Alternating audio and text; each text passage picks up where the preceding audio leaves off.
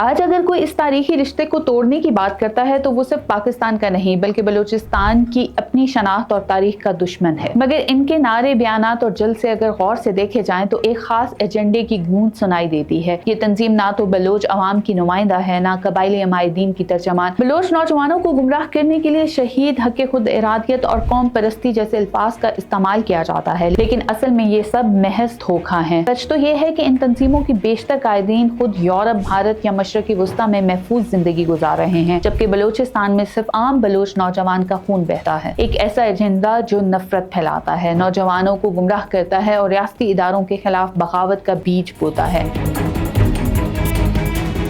بلوچستان ایک زمین ہی نہیں بلکہ ایک نظریہ ہے۔ یہ نظریہ اس دن سے پاکستان کے ساتھ جڑا ہے جب برصغیر کے مسلمانوں نے دو قومی نظریے کے تحت اپنی علیحدہ شناخت اور خود مختار ریاست کے قیام کا خواب دیکھا۔ قیام پاکستان کے بعد جب سب صوبوں نے اس وطن کے ساتھ اپنی وفاداری کا اعلان کیا تو بلوچستان بھی پیچھے نہ رہا۔ خان افضلات کا الحاق ہو یا سرداروں کی سیاسی حمایت، بلوچستان ہمیشہ سے پاکستان کا حصہ رہا ہے، نظریاتی بھی، جغرافیائی بھی۔ آج اگر کوئی اس تاریخی رشتے کو توڑنے کی بات کرتا ہے تو وہ صرف پاکستان کا نہیں بلکہ بلوچستان کی اپنی شناخت اور تاریخ کا دشمن ہے۔ گزشتہ برسوں میں جس تنظیم نے سب سے زیادہ بلوچ حقوق کا نعرہ لگایا وہ بلوچ یکجہتی کمیٹی ہے، مگر ان کے نعرے، بیانات اور جلسے اگر غور سے دیکھے جائیں تو ایک خاص ایجنڈے کی گونج سنائی دیتی ہے۔ ایک ایسا ایجنڈا جو نفرت پھیلاتا ہے، نوجوانوں کو گمراہ کرتا ہے اور ریاستی اداروں کے خلاف بغاوت کا بیج بوتا ہے۔ یہ تنظیم نہ تو بلوچ عوام کی نمائندہ ہے، نہ قبائلی عمائدین کی ترجمان اور نہ ہی وہ عام عوام کے دکھ درد کی سچی آواز